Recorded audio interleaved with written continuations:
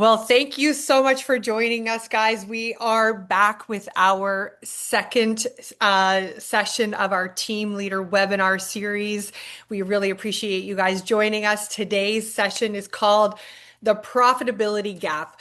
Last month, we had over 100 team leaders join us for our sales culture and community culture session, which is actually recorded. So we will drop that link into the chat so you can check out our United Community YouTube page and you can check all of our recordings for all of our agent facing sessions that we do, but as well as our team leader webinar series. So welcome to the Profitability Gap. My name is Amy Youngren. I am a team leader in the Toronto real estate market. And today we are joined by leaders from all across Canada and the US. So we're really happy to have you here.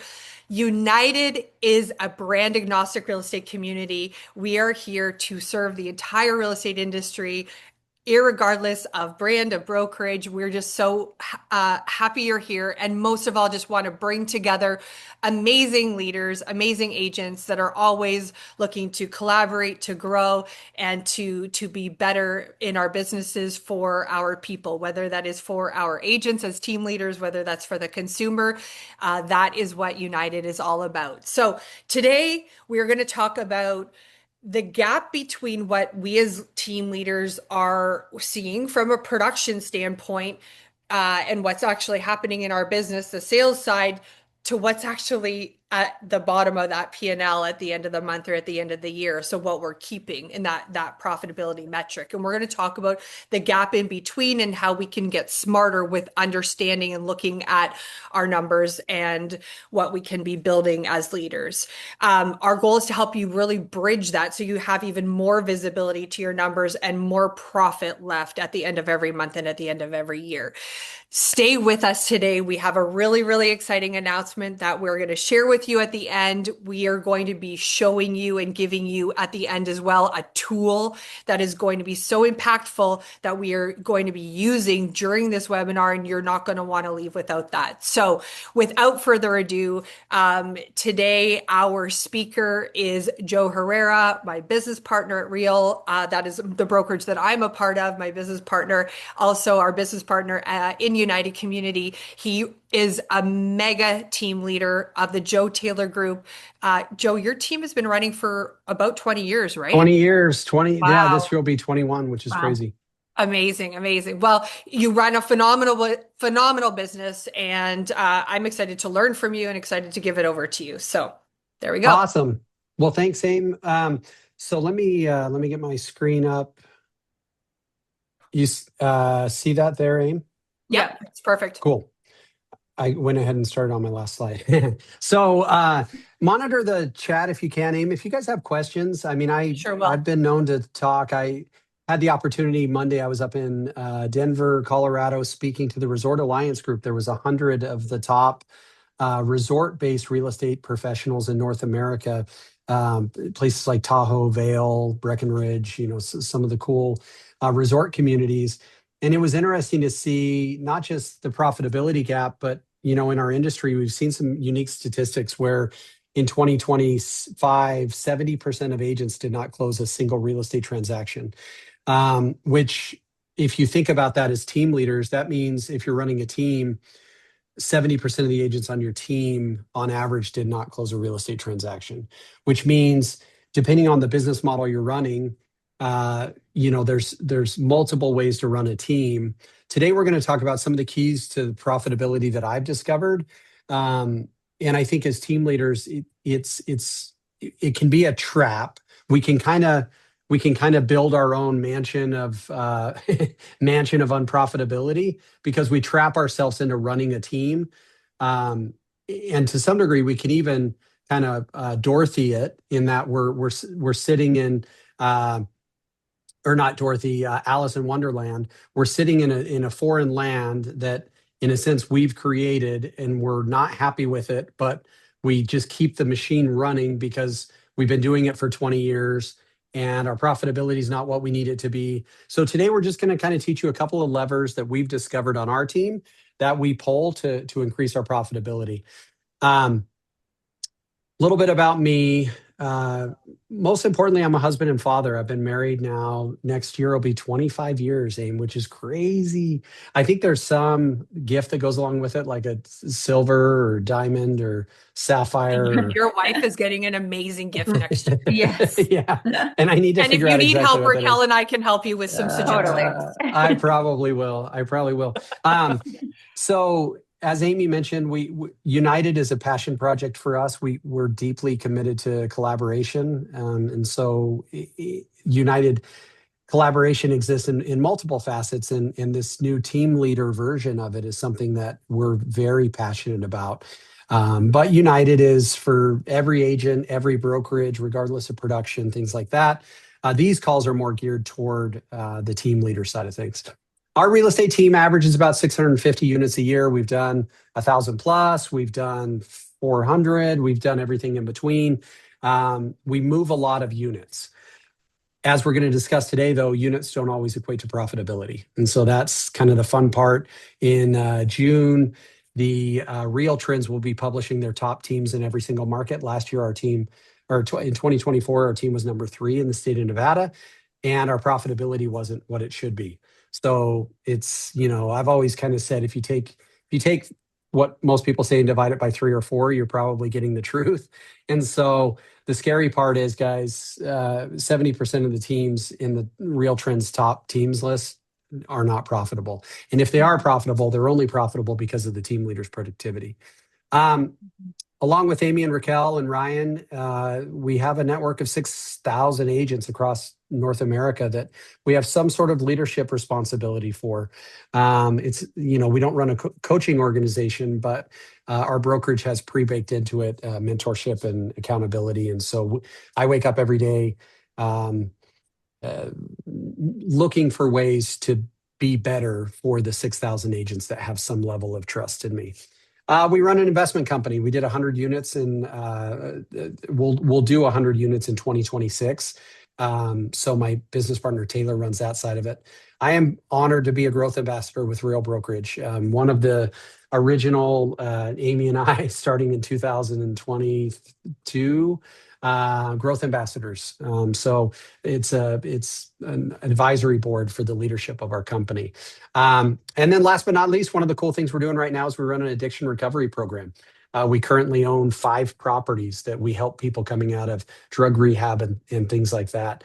So we've got our hands in a lot of pots, but the team is kind of at the core of everything we've always done. So as mentioned, 70% of agents closed 0 transactions in 2025, which is crazy. I know Amy and Raquel, we've talked about this.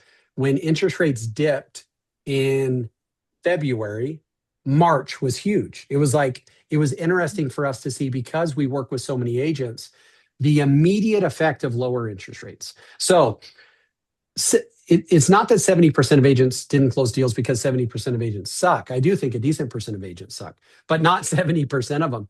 To a large degree, some of this is market specific. We've gone through and are in the midst of what I believe the toughest real estate market I've ever been a part of.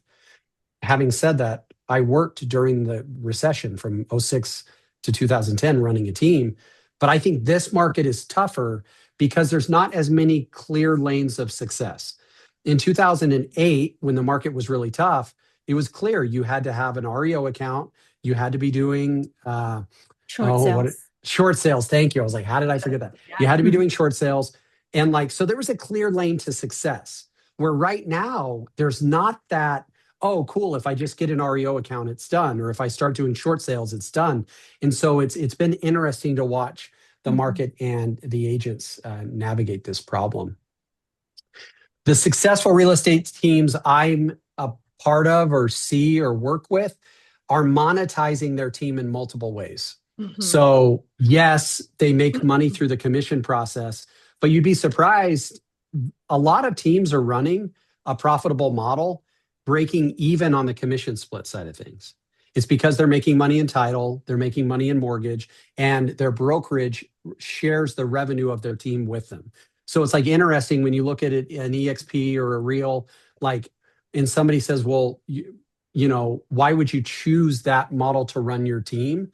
I very specifically will tell people, well, the reason why that revenue share model makes sense for most team leaders is because if I'm running a team of 10 agents and I'm at mom and pop brokerage, local brokerage, and my team generates $60,000 in revenue for that brokerage, the brokerage owner retains that revenue. Where at a company like Real, 60% of the revenue generated by my team flows back to me as a team leader. So it's like the successful teams I've seen are running this model where, yes, commission split is something that they're focused on, but they're also looking to monetize title. They're also looking to monetize mortgage, and they're also looking to generate to receive some revenue from the income generated by their team. And Amy, this was first kind of in Raquel. You remember like Open Door was Yep. acquiring all these properties, and the word kept coming back to us that like, oh no, they break even on the purchase and sale of the house. And I was like, okay, well then where's the profitability? And they started talking about what Open Door was obsessed with was pest control and lawn maintenance and solar Concierge. sales. Yeah, Mhm. all of these ancillary services. And so now we're seeing the ability for real estate teams to do that exact same thing, to kind of take that Open Door model and go, all right, well, if the commission side of things is a challenge to create profitability around, does it still make sense to run a team if my profit comes through title, through mortgage, through the sharing of revenue? Couple of trends that I'm finding interesting. One of the clearest trends 2026, higher split does not automatically equal higher income. So think about this.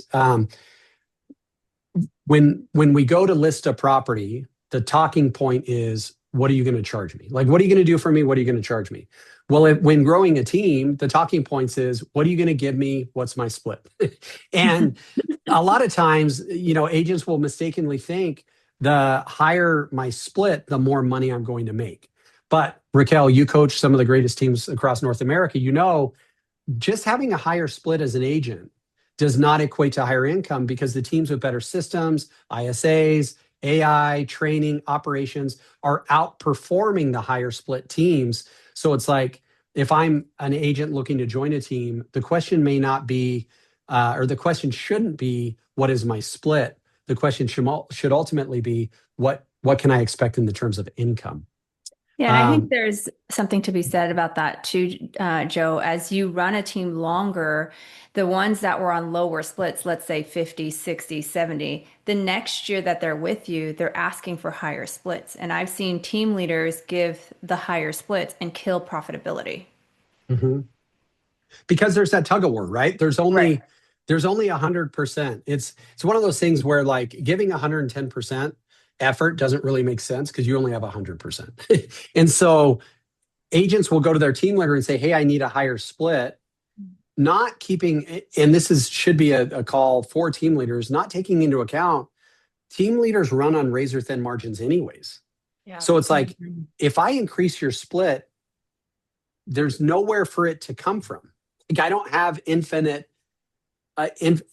percentages to give you. So if you're on a 50-50 split and my cost of doing business is 35%, and I'm living, not even living, I'm receiving 15% of the revenue to try to continue to operate and grow the business. If I take you to 60-40, the 35 doesn't go away. And now can I even operate at a 5% margin? And I so go ahead. Sorry. I was just gonna say, I think one of the things that I should have said this at the beginning, but I'm gonna say it now because there's even more of you on here. Like, there is no one size fits all for how to build a real estate team. And Right. one of the mistakes that I made when I became a team leader and got into this business is that I just would go to conferences, listen to how every mega team leader was talking about team building and the model they were doing. And I was like, okay, I guess that's what I need to do. And I guess that's what's going to work for me. And I just did it. And like, have failed forward now for almost 9 years. Like, North Group's almost 9 years old. I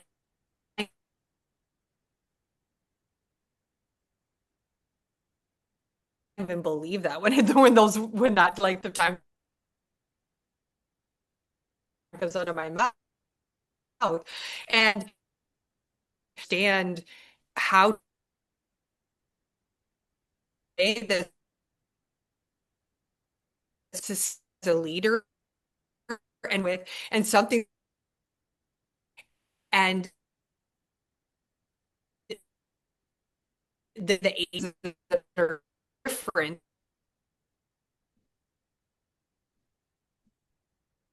Raquel, Amy's cutting out on every like third word. Is that Yeah, so happening? I thought Okay. it was my I thought it was mine too. computer. All right. So, because last time we did this, like mine was unstable, like my And internet. I'm So I was sure like, what I'm she was not going to saying say, was, I'm sure what she's saying is dope for sure. But yeah, I think part of what she's saying is like, I compare this to don't copy exercise. somebody else's model, like Well, feedback it, right? Or like figure out what's going on in your own business and reiterate, or like figure out what works for you. Well, it's like, can I take the best of what you're doing, modify it Mhm. to my world? So, like, I think CrossFit's amazing, and I think cycling's amazing, and I think Pilates is amazing. The most amazing part of it is the one that fits you and your personality that's going to get you up every day and doing it. Like, Right. my wife loves to hike. I hate hiking, but the greatest quandary or anomaly in this is I will hike 18 miles in a given day if I'm chasing a golf ball. It's the stupidest thing in the world. Like if we're going to hike to a waterfall, I'm like, this is the worst. But if I'm chasing a golf ball, I can do it. And so, like, when it comes to team leadership, Amy and I run very different team models. Mine is a lead generation based model. So the value I bring to the table is I'm going to create leads for you. Hers is a culture and leadership based model. Like she does, her team doesn't function off of leads she gives them. So it's like very vastly different. But when it comes to profitability, there's certain things that we have to be paying attention to. Like agents with 2 years or less experience made under $10,000 in median income last year. And the scary part is agents with 16 plus years averaged nearly 80,000 in income, which still isn't that great. I'm guessing this statistic comes from like reported to the Federal Income Tax Bureau. But anyways, in 2026, many teams are discovering that increasing conversion rate is more profitable than increasing lead spend. A jump from 4 to 6% conversion rate, we're going to show you how this affects things, can dramatically lower cost per closing without adding budget. So we're going to get into those levers. Many teams, this is scary, Raquel. Many teams still do not know the actual cost per closing. So I've told this story before. My wife is the youngest of 5 girls, and they they love to ask random questions. And one time we were sitting around a campfire, and someone asked, like, "What's the most important element to have in your marriage?" And everyone, I was kind of like the last to go, so everyone came up with these cockamamie things like they need to have fun and they need to be spontaneous and whatever. And it came back to me, and I said, "Well, the most important aspect to having a marriage is honesty. Like you have to be honest." And I think when it comes to team leaders, it's like, or teams, like, what's the most important element to have in your team? Like, is it that we all like we play cornhole together, we're in the same softball team, or like we cry together in moments of joy and sad. Like the most important element to have as a team leader is not that you're everybody's best friend. It's that you know your cost to facilitate your team, your cost to close a transaction. Industry operation articles are now citing an average acquisition operational cost of roughly $3,000 to $5,000 per closing once lead gen, admin, CRM, marketing, and brokerage costs are factored in. Like, what drives me crazy is when I talk to an agent and they say, or a team leader, and I'm like, well, what's your cost per closing? And they're like, well, we spend about $300 per Zillow lead. And I'm like, oh, cool. So what's your cost per closing? They're like, I just told you it was $300. I'm like, no. You're telling me what the cost for each lead you generate is. We're missing parts to that equation. In 2026, buyers are now directly negotiating buyer agent comp. So it's been interesting to see how that is working. I think that 70-30 split we talked about, 100% of the deals are being done by 30% of the agents. The reason why that is important is you have to realize that the buyer's agent comp is being negotiated by the top 30%. And so what we've actually seen is buyer's agent commission in the United States has actually increased as a result of the NAR lawsuit, which I think is super interesting. Teams that rely heavily on paid internet leads are facing margin compression due to rising lead costs and lower conversion efficiency. We we now have an issue where we're coming out of the entrepreneurship phase. And I came up with that. It's probably stupid. I'm like, what did you just say? So entrepreneurship and flaunting combined on social media took us into a phase where agents were doing silly things and winning with it. Like they were creating TikToks that have nothing to do with their acumen as a business person, but like they were creating videos of themselves, AI jumping from roof to roof to roof and saying like, I am a leprechaun, call me, I'll help you find your next transaction or whatever, or doing, TikToks and reels. And so there was this whole process of like, I don't actually have to do the things because interest rates were so low and everybody was speculative buying. Agents were just like, hey, I'm cute and I'm a realtor, call me. And it was working. It's not working in 2026. So now agents are facing the real issues of, am I willing to spend the money and do the things? And now teams are facing the issues of, can I find the people that are willing to do the things that are going to get us where we need to go, right? Like, am I able to find the agents that are willing to put in the work necessary to accomplish the goal? Because posting on TikTok and creating funny reels, it just isn't getting it done anymore. 41% of an agent's average business now comes from repeat clients and referrals. I thought that was interesting. A lot of teams, like our team, we really try to focus on lead conversion without focusing as much on their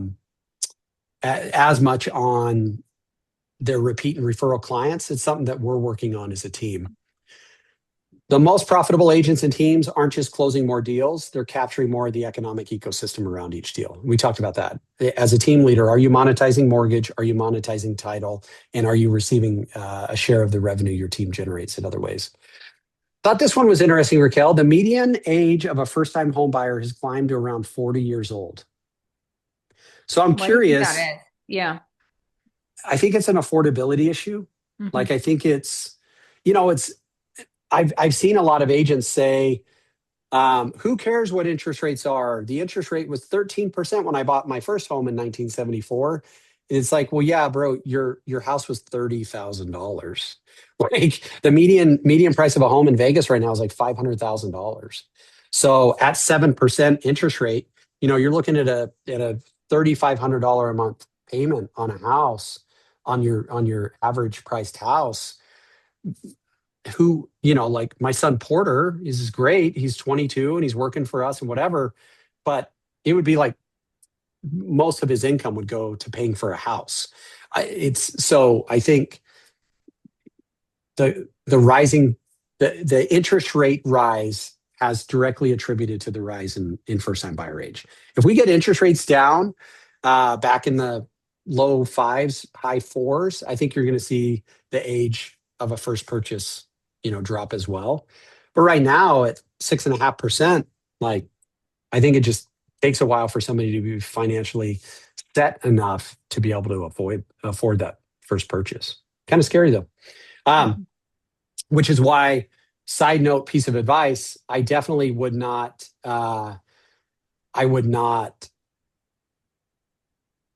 focus on first time home buyers as a team. Like that, our team very specifically goes after move up buyers, people that own a $500,000 house that are ready to sell that and buy an $800,000 house, specifically because I think targeting that first time home buyer is harder now than ever.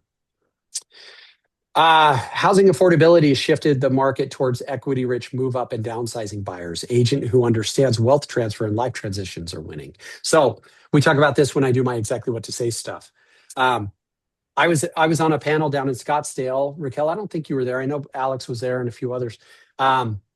Some title company paid me to come down and speak. And there was a panel of us, three of us sitting on this panel at some like $250 a plate steakhouse with all these agents in there. And the moderator said, Joe, you're the exactly what to say guy. So I am certified with Phil Jones. And he's like, what are you teaching your agents to say to get home buyers off the fence, basically like to talk people into buying a house in 2025. And I was like, you must have the wrong guy. Like, I don't teach them to say anything. He's like, well, what do you mean? And I was like, well, what I teach them to do is find the people that are looking to buy and sell because of their own life circumstance. Like, I'm not the Wizard of Oz. Like, I don't know how to talk people into buying houses. So like, what do we tell our team? Get on the phone with every lead we do give you or have ever given you and ask them very specifically, get to the point of, are you getting married, getting divorced? Are your kids moving back or moving out? Did you get relocated for a job? Does the school district you're in suck? You need to be in a better school district. Like, obviously, we're not going to ask those questions in that order, but that's the reality of who's buying and selling real estate right now. It's people whose life circumstances are necessitating it. So if you're leading a team, teaching old, antiquated, like real estate scripts to try to talk people into doing what you want them to do, that is not our game anymore. Our game is very simply identifying who wants to buy and who wants to sell based on the circumstances of their life. We talked about this, buyer's agent comps up to 2.4%. I found this interesting. Consumers didn't reject agents. It's not that consumers don't want to work with agents. They rejected unclear value proposition. The agents and teams who clearly articulate their value are still getting paid. This, Raquel, is where I loved Sharon Srivatsa's marketing plan. If you guys haven't seen this, shoot me a DM. I'll get it over to you. But his pre-listing plan, where he has a whiteboard with all this stuff like written up in permanent marker. And then the only thing he changes is the address. Mm-hmm. And he takes a selfie with it to say, I'm working on my plan to sell your home. And I thought it was so stupid and funny and crazy. The address for the property was written in like blue erasable marker, and the rest of it was in like black permanent marker. And so it was like, you could tell all they would do is erase an address, put a new address in there, but the marketing plan stayed the same. It was like social media posts, flyers, contacting other agents, broker open house, all this stuff. The bottom line is, before you arrive. It's a win before you arrive plan, right? But the point he was making is, if you prove to people you have a plan and a value proposition, that's what they choose. So it's like, we could look at the NAR suit in America and go like, well, like, people don't want to work with buyer's agents. That's not the truth. What they don't want to do is overpay for a professional who has no professionalism. If we can show our clear value propositions and we can articulate that, that's how we win. Couple of last things. The average agent's struggling. Best agents are consolidating. In hard markets, consumers don't want less guidance. They want more certainty. So teaching your team to be very good at saying things like, here's what happens next, that matters. Industry is becoming less about access to information and more about trust, leadership, and execution. I'm older than you guys, but I got into the real estate industry just after the end of the MLS books and the starting of the MLS system, right? Like, you used to have to drive to from Coldwell Banker to Century 21 to see their listings in a book. And then all of a sudden the MLS came out and we as agents had a monopoly on the information. Obviously that's gone. People can find any property for sale instantly. What they're paying for is our leadership and our ability to execute on their dreams. The days of surviving on random Zillow leads are fading.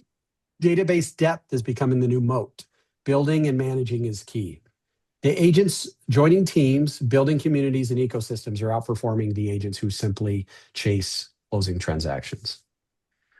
All right, that was a word pasta of a whole bunch of trends that are affecting team profitability. But now I want to talk about the levers that we can actually pull.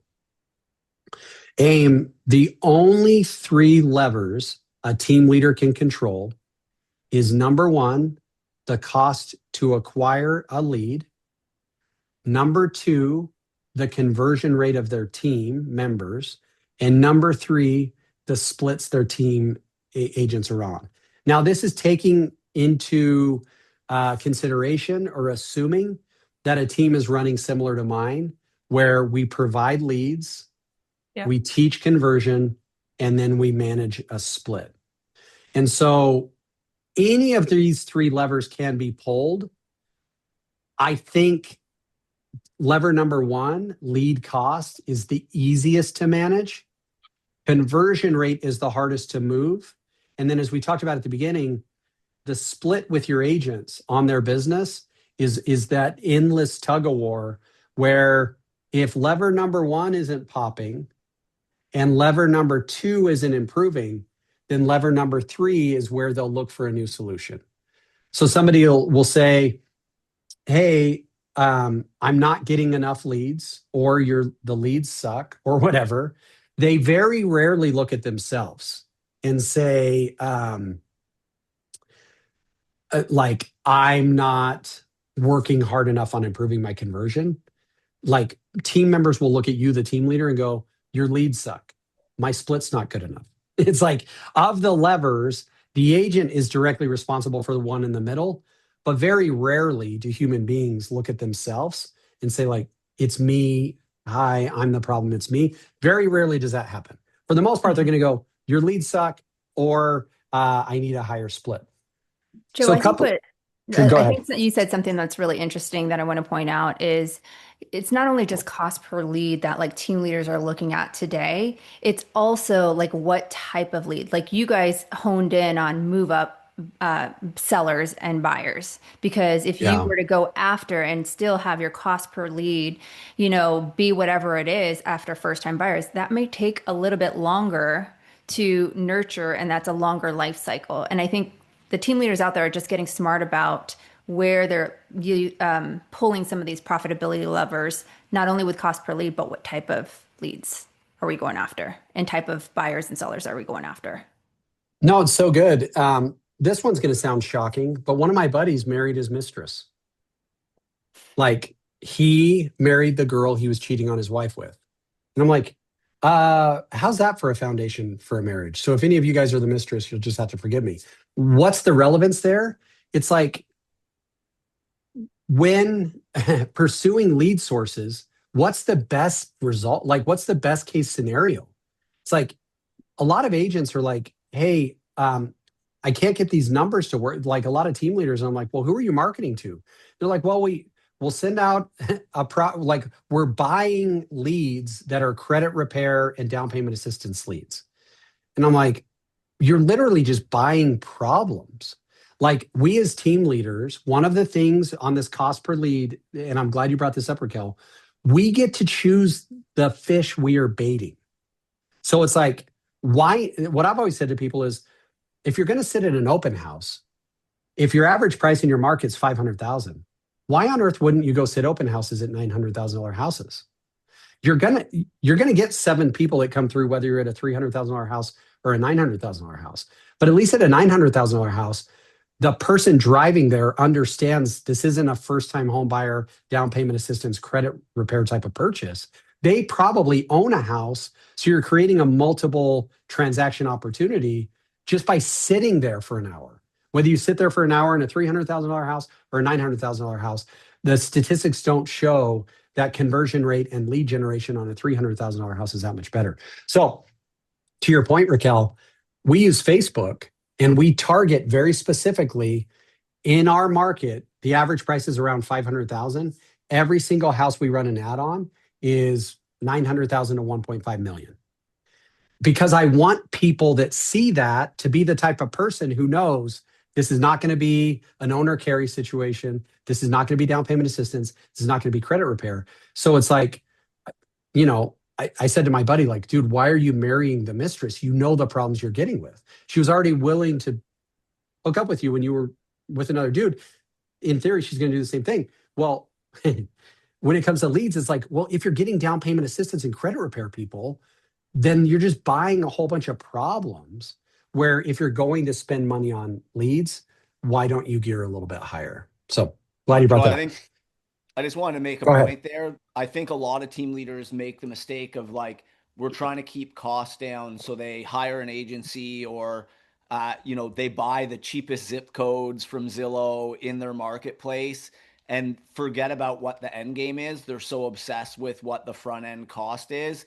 And Right. it's exactly to that point. Like, I've worked with agencies in the past where their whole strategy is like, hey, we're going to run a list of properties in your marketplace at the bottom price point of your marketplace. So let's say, Joe, you said like low end of your marketplace is like 400 grand. A lot of these agencies will want to run a list of properties for homes under 400 grand. Well, when Yeah, a potential buyer sees that, they're like, well, under 400 grand can mean 200 grand. Now you're getting names, phone numbers, and emails for people who can't even buy in your marketplace, but your agency or whoever's running your ads feels like they're doing a good job because your cost per lead's only $3. right. Whereas you'd be better off paying $6 for a niche down lead that's like upsizers looking for homes with a dedicated home office, right? Because now you 100%. know you've got people that are problem aware, are going to be more price realistic, and are actually real leads. So I just want to stress to everybody there, be careful of like obsessing over cost per lead versus quality of lead and what your ROI is going to be on ad spend on the back end because of the size of commission you're going to get if you're hitting a higher price point like Joe is doing.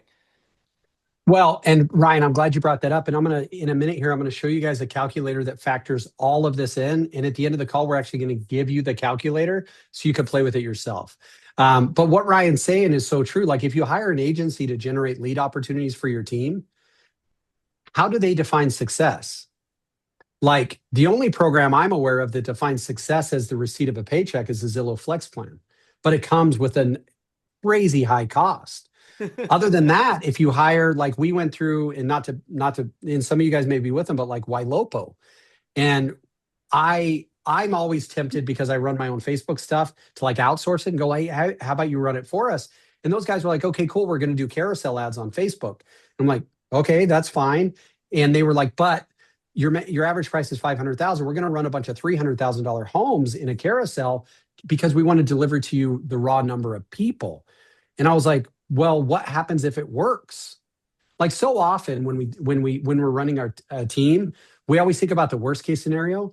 As a team leader, I would encourage you to think about the best case scenario. Like whatever you're doing works. Well, if what you're doing works, which is the top 10 teams on Real Trends, I'm telling you right now, 70% of them don't make money and they're doing the things that work. And so today's call, Ryan, I'm glad you pointed this out, is all about it works. Like good news, it works. You get your cost per lead at this amount and it works. Does that lead to ultimate profitability for you? So number one, the average cost per Zillow lead in major markets, $350 a piece. So, right, it's impossible for somebody to go like, oh yeah, no, we just closed a Zillow deal. One of my team agents did. And it would be illogical if I asked a team leader, oh, cool, how much did that deal cost you? Oh, it was $350. That's not a logical statement because what that team leader is omitting is the number of leads they had to create one closing. And so that's when we get into conversion rate.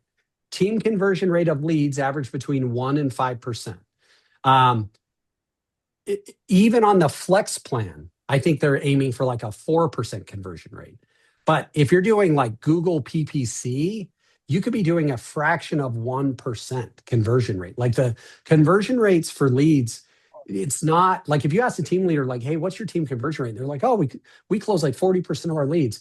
I would bet every single dollar I have that number is not true. The team leader just doesn't know their true numbers. Raquel, you see the back end of these teams. You're like, cool, well, how many leads did you generate last month? And they're like, oh, 200. How many deals did your team close? 5. And you're like, okay, that's a 2.5% conversion rate. Mm-hmm. And so it's like, in order for them to truly understand their numbers, they can't just say those 5 leads cost us $1,500 because we're paying $300 a lead. I would go, oh, no. Like you have to account for every lead you paid for that didn't close. As a team leader, it goes against your profitability. And this is why you can't just back out to your team members and go, hey, that Zillow lead you just closed cost me $350. So I'm going to take $350 off the top.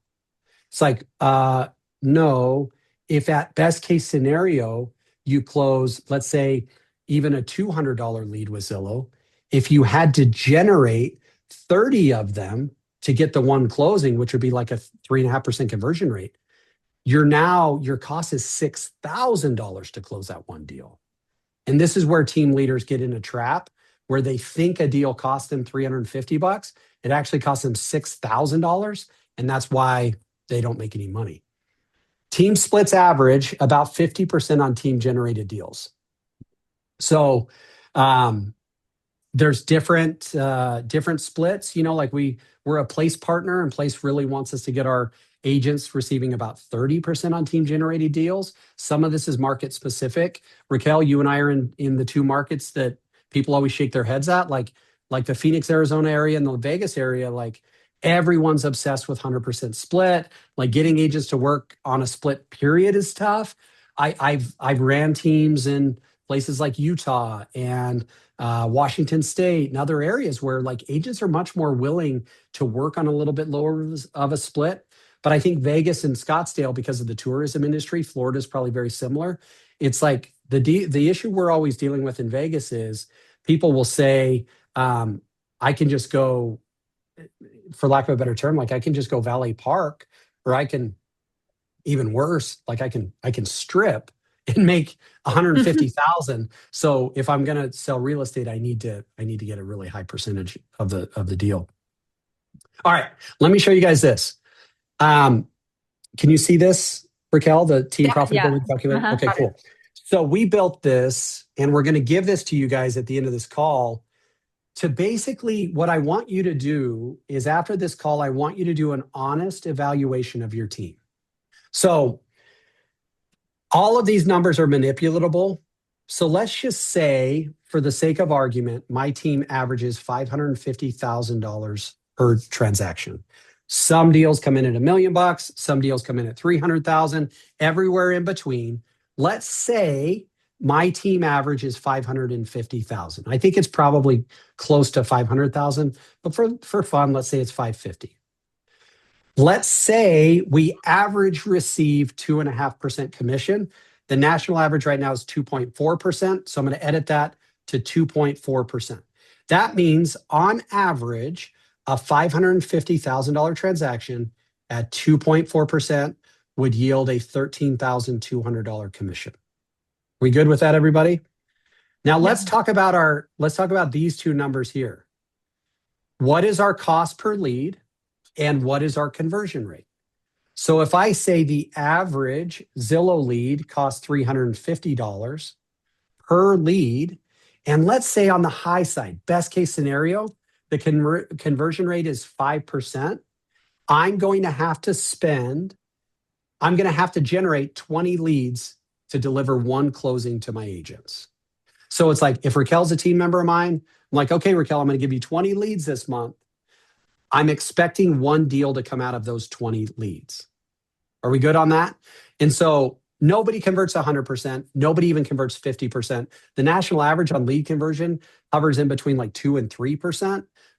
I'm giving Zillow the benefit of the doubt and say, if you're spending $350 a lead, let's get that baby up to 5% conversion rate. So I have to generate 20 leads. It would cost me $7,000 just in lead cost to generate the 20 leads it would take for Raquel to close one. So now, if you guys are doing the math in your head, you know where this is going to go. But if on average, all the leads I give Raquel are around the $550,000 mark, and if on average we're getting 2.4%, then our GCI is 13.2. If I'm spending $350 a lead and converting 5% of them, it's costing $7,000 to do the deal. So then the question is, what is my split with Raquel? Is Raquel willing to work for 30%? Probably not. Is she, like on national average, it's going to be about 50% on those deals. It's like, hey, Raquel, I run the office, I do all the things. You take the leads, you close them. I'm going to give you 20 leads. You just have to close one of them, and we're going to 50-50 the deal. Team leader keeps 6,600, agent keeps 6,600. The net result is I lose $400 on every deal. So this is where the like doing more deals doesn't work more. So it's like, let's say I give Raquel 100 leads and she closes 5 of them. If the economics don't improve, I'm going to now go from losing $400 to losing $2,000 total on Raquel's business that month. If we close 3 deals per month, I'm losing $1,200 per month. I'm losing $1,400 a year. If Raquel on those economics, if I lose $400 on every deal she does, and she does 3 deals a month, I'm losing $14,000 on my relationship with her. So the cool thing is this tool will give you levers to pull. So it'll tell me like, hey, Joe, if you could drop your cost per lead from 350 down to 200, now I'm making a little bit of money. If I can improve her conversion from 5 to 7, now I'm making a little bit of money. If I can adjust her split, if I can target higher price points, or if I could use cheaper lead sources. It tells me now I can afford to spend $330 a lead if the conversion rate gets to 5.3 and I get her split up to 53%. I'm now basically breaking even. So guys, you can throw scenarios at me, but it's like if your market is 350,000 and 2.4 is pretty hard to argue against. Let's say you get your costs down to $40 a lead. But let's say in reality, a $40 lead is going to convert at 2%. Now your cost per closing is only $2,000, which is great. At that lower price point with the split, it's the agent's $4,200. I keep $4,200. Yay, I'm now making $2,200 a deal. But again, I've 1/10 the cost for lead generation. And so what I love about this tool is you can manipulate it to just, as long as you put honest information into it, you're going to get honest results out of it. So it's like if I'm doing deals with Raquel at $40 a lead, even if her conversion rate's only 2%, it costs me $2,000 to generate a deal for her. At a 50-50 split, at a $350,000 deal, we're both making money. So if she's closing 3 of those, I'm making $6,600 a month, or in other words, about $80,000 a year. And like, I'm doing great. So it's like, I can go to break even, I can go from a $40 per lead to $84 per lead. And as long as I'm getting 1% conversion rate, I'd have to drastically reduce her split. But it's like, the thing that I love about this tool is it tells you all the levers you can pull. Raquel, Aim, Ryan, is there anything I'm missing here? I love it. I love how simple it is. It's awesome. I'm going to, are you comfortable with me sharing that link now, Joe? Yeah. Pop it out there. It's easy. It's just reteamprofit.com. You can mess with it. You can manipulate it in as many ways as you want to. For us, like, it's just, this tool was built because I got sick of having conversations with real estate teams, team leaders, where they're like, dude, I'm just not making any money. And I'm like, all right, cool. Well, what are you spending per lead? And they were like, so you can reverse engineer it, right? They're like, we're doing a deal with realty.com. We're spending $4,000 a month.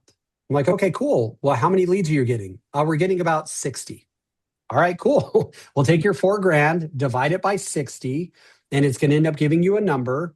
Now you need to take that number, which I think is like $80 per lead or whatever, and you need to put that into the calculator. You need to say, well, what's your conversion rate? It's like, we're converting like 2%. And it'll just tell you straight up, like, if you're making money, why you're making money, why you're not making money. Like, it'll give you all of the details there of how to make money. And then you just focus on those 3 levers. Like, do I need to get a cheaper lead source? Can I get a cheaper lead source that converts at the same rate and leave my splits what they are? Oh, cool. Now I'm making money. If I get a cheaper lead source that the conversion rate's not as high and I don't change my splits, can I make money with that? And so it gives you the flexibility to just put all of your numbers in there. So, Joe, this is like so good. And I'm looking at all of your levers and, and how we're obviously helping team leaders today increase profitability. When it comes to conversion, what have you done to adjust? Because you've seen all different markets. There's fewer transactions this year happening. So what have you guys done on your team that has increased that conversion rate since, you guys buy leads? This is going to be a disappointing answer. I just don't even try to fix that problem. Okay. So you're trying to get your costs down? Yeah, so we manage it with cost per lead. Porter runs all of our ads, my son, and we use Facebook. So let me just, I'll pop my screen back up and I'll show you what our team looks like. See, where's that calculator? Nope, that's not it. Oh, here we go. All right. So on our team, our average deal value is about 550,000. Our average commission is 2.4. We spend about $15 per lead.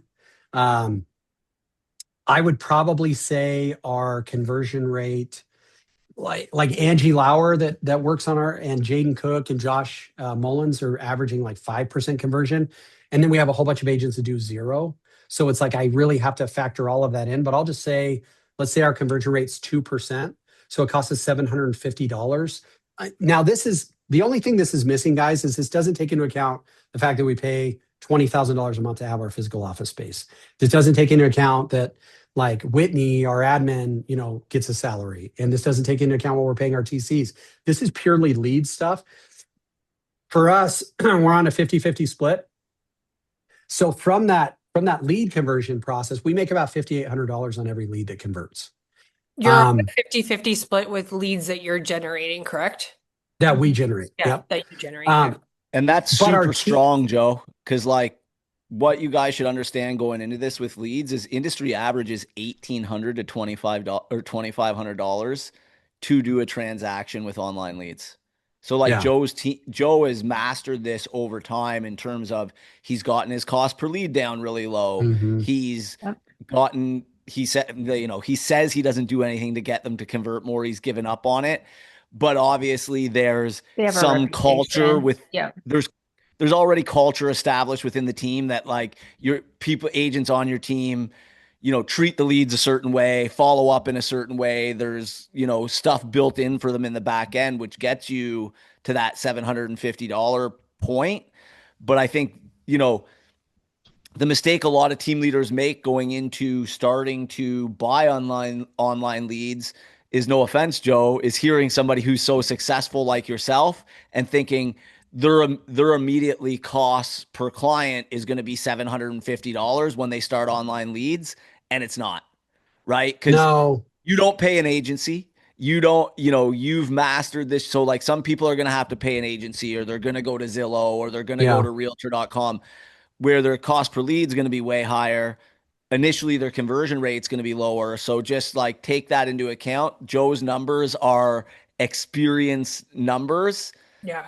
There's some things that aren't baked into there, right? Like I do pay Porter, my son. So I think we're paying him like $4,000 a month, right? So if he generates 200 leads in a month at $4,000, that's an extra, whatever that is, $5 a lead. So now we're up to $20, and then Whitney's salary's in there. And so that's where the true profitability, like our team made money last year. We were number 3 in the state of Nevada, but the least profitable business I run by a huge margin is our real estate team.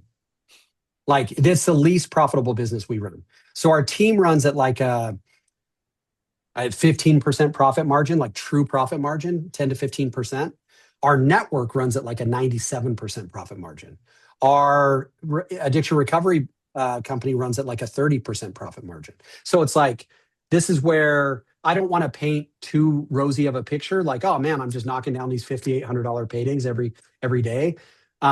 What I will tell you though is we are a quantity play. Our team is all about quantity. So like Raquel, what do I do to fix conversion? I find someone else that's better at it.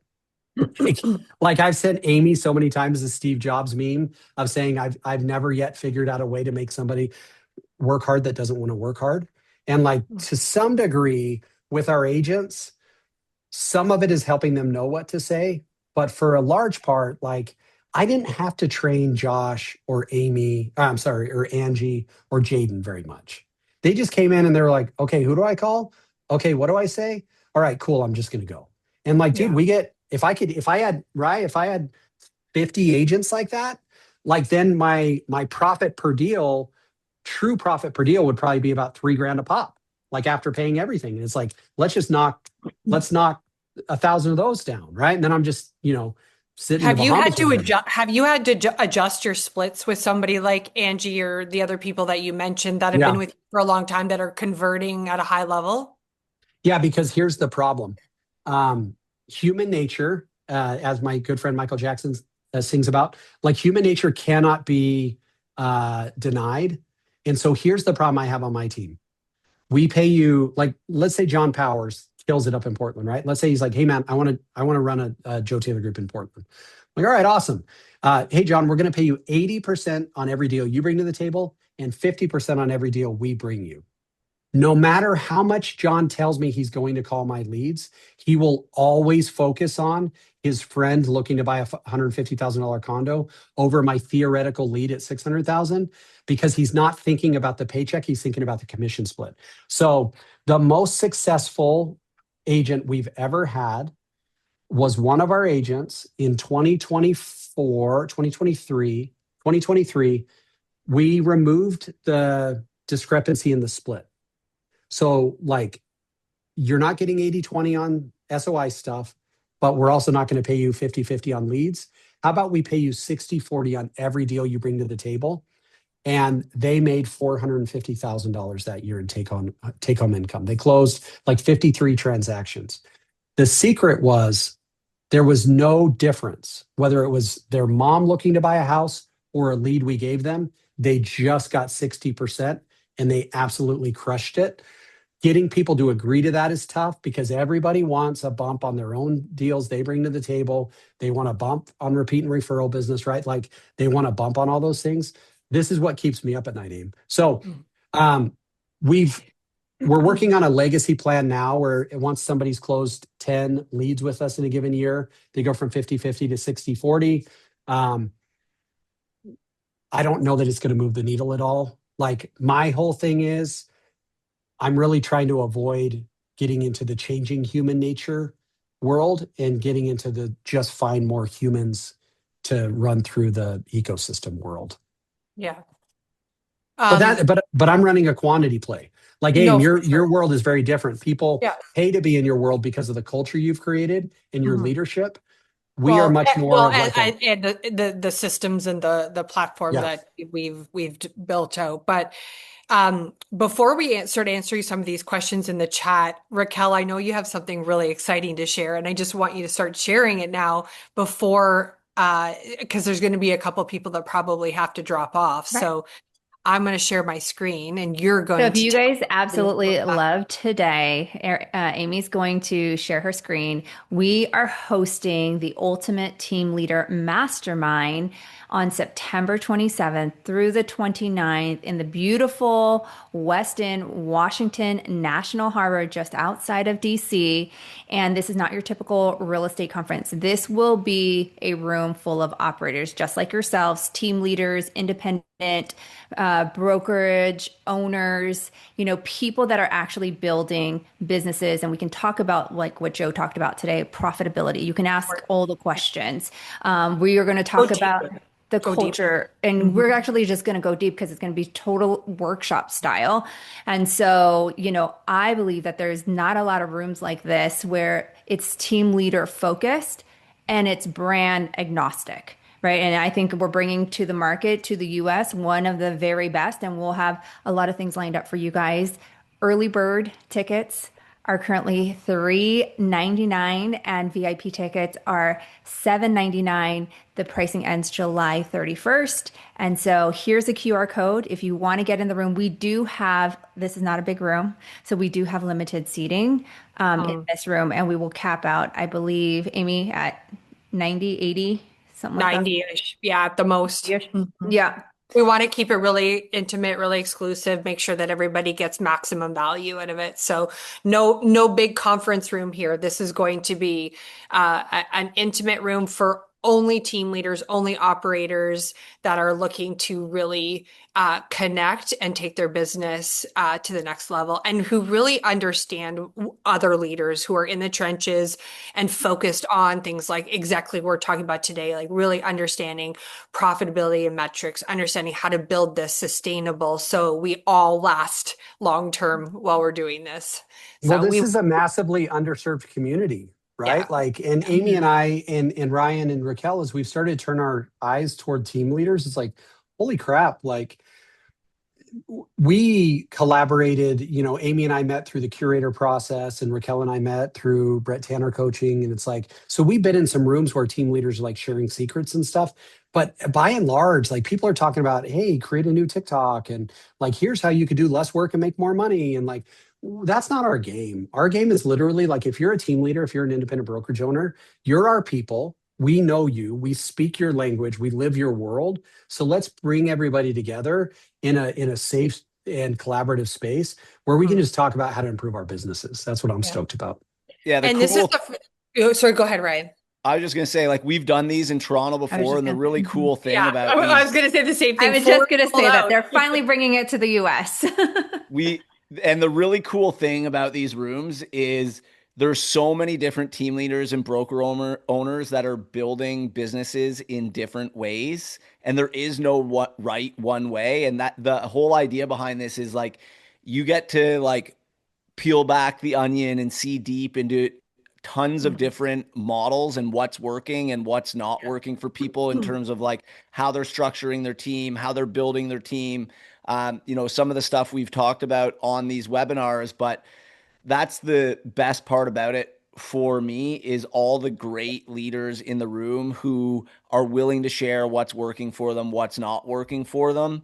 Obviously all of the speakers and all of the workshops will be amazing, but it's you guys yourselves that bring so much value to the room. So I'm excited that we're coming to the States, and give us the opportunity to, work with so many more people. Yeah, Awesome. it's gonna be Amazing. awesome. Joe, there's a couple of questions in the chat. How thoroughly are you training the agents to make calls, and do you have an ISA? So we've played with this so much. The reality is we give them training, right? We go through the exactly what to say stuff. We talk about scripts. I'm of a belief that it's blunt force trauma that gets it done. We typically don't start giving new leads to agents until they've cut their teeth on our existing database. So like, we have ponds of leads that we're like, hey, just call. Don't say anything crazy, right? Like we'll sit down with them. But I'm jaded. I just don't. I think honestly, I could bring 3 agents in off the street, hand them a phone. One of them will start calling and just they'll make something of it, and the other 2 are just going to suck. And then as team leaders, we waste all of our time with people that suck.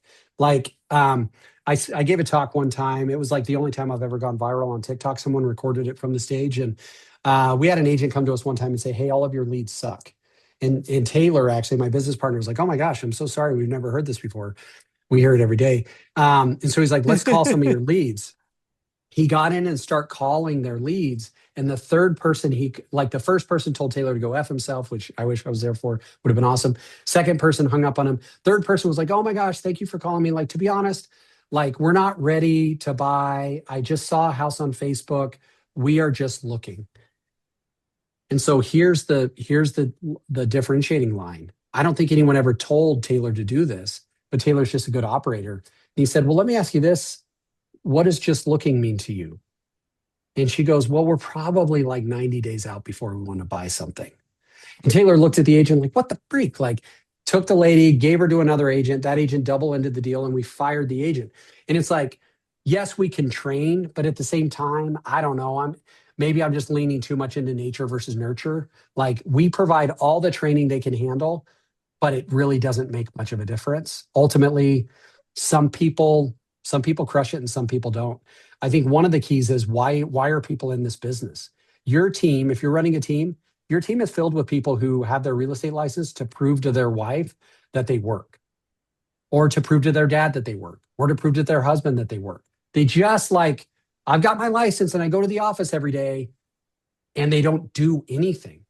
It's like, well, how are you going to eat? Like, oh, well, I live with my grandma, and like she lets me use her credit card. And I'm like, what the freak is going on here? And so hopefully that answers. Like, we train them Yeah. as much as we can. I'm just not sure that the training can supersede their natural talents and abilities. I think, Joe, like one thing that every team leader should consider is just like and we do this at North Group, Amy's implemented this really well, is like, make that first week prove to you that they have the work ethic, right? Right. Like before pouring into them over training, before giving them your good leads, which like you have a pond, is like, make them prove that they've got the work ethic to actually work within your system. No one's going to be better than they are in the first week of work. And if they Yeah. can't do it in the first week, they probably can never do it. So yeah, Yeah. don't train bad people. So let them show you that they're a good people, keep them around, and then train them. Yeah. I'm toying around with the idea of going to 70% on lead splits, like 70% across the board, and just bring in a whole bunch of killers. Our margins will be really thin. But one question team leaders are afraid to ask people is, like, let's say Tina Hibner is joining my team, and I'm like, hey, Tina, let me ask you this. What happens if you don't make any money for the next 90 days? And like, if I ask Ryan that question, like, hey, Ryan, what happens if you don't make any money in the next 90 days? And his answer is, well, it's not an option because at day 45, I'm going to start selling feet picks. Then I would hire Ryan. Like, I'm like, all right, he's my guy. Like, he has to make it work. And if people are like, well, I've given myself 6 months and my wife said that, she's cool to support me. And I'm like, okay, to your point, Ryan, we'll give you a week. Like, let's see what you do. But the reality is, man, if it's not like Joe Herrera, if I don't make money in the next 6 months, my family will starve. So I just do whatever I have to do to make money. Couple other questions, disc assessment stuff. We haven't done, we toyed with that, but We used to do it. We don't do it anymore. yeah, I just think it's not a bad idea. It's not a bad idea. I think it depends on it's not a bad idea at all. model. Like we have a robust interview process, but it doesn't include personality because I kind of subscribe to the Cheplack concept where it's like you can't predict who's going to produce. Mm-mm. And he said that once like 7 years ago, and I've never forgot it because I don't care whether it's like sales from an agent perspective or recruiting as a team leader. You truly don't know who's going to perform. You really don't. So, yeah. Our whole thing is we want to be the milkshake that brings all the boys to the yard, and then we just want to see who's willing to work and eat. Like, that's it. And so, like, our biggest challenge is not agent retention, it's recruiting. Like, I tell Whitney every day, like, let's bring in 10 new agents a month and let's just become an absolute meat grinder of people come in and come out, come in and come out. And like, let's live with a 70% attrition rate. And let's just bring people in and be like, hey, and that's where we may have to modify our splits to go like, hey, we're just going to give you 70% on every lead you close. But in order to start getting leads, you need to prove to us you crush it. And if you do, then dude, you're going to make like $7,000 in every deal you close. And let's get the top 50 people in Vegas that want to do that. We'll live off of a really low margin. We'll make our money on mortgage and title and in our revenue share and like off to the races. And so we're very much a work in progress. So today's calculator we gave AIM isn't so much, it's purely it's a scale. What I would encourage team leaders to do is stand on the scale, put in your cost per lead, put in your average sale price, put in your conversion rate, and it will tell you where your problem lies. Like if you're like, I'm spending $30 a lead, we generate 1,000 leads a month, spending $30,000 a month. Okay, cool. How many deals are you closing? We're closing 30. I'm like, all right, well now here's how you make money or how you don't make money. Cause at you could scale it up because if you're spending $30 a lead and you're closing 3% of them, you can still make you could still make money in that ecosystem as long as your commission split works. And so it's like all of those levers can be pulled. Awesome. Well, this has been so good. I'm just dropping the link one more time into the chat. If you would like to join us for the Ultimate Team Leader Mastermind, there is also the URL. That's where the QR code was redirecting. Guys, we will be back again in June for our monthly Team Leader series. We're loving these sessions, loving spending time with you guys. We will make sure that you are the courtesy. We give you the courtesy of making sure that you've got all the information and can register for our next one. It will be on Wednesday, June the 10th at 9 Pacific, 12 Eastern Time. Our topic is Platform Wars, the tech systems and automations worth fighting for. So we will see you on June the 10th. And if in the meantime, please join us for all of our United Community events, virtual and in person. You can get more information at unitedcommunity.com or on Instagram at United Community. Everybody is welcome. We just appreciate all of you. Thank you for taking the time to be here, and we will see you again very soon.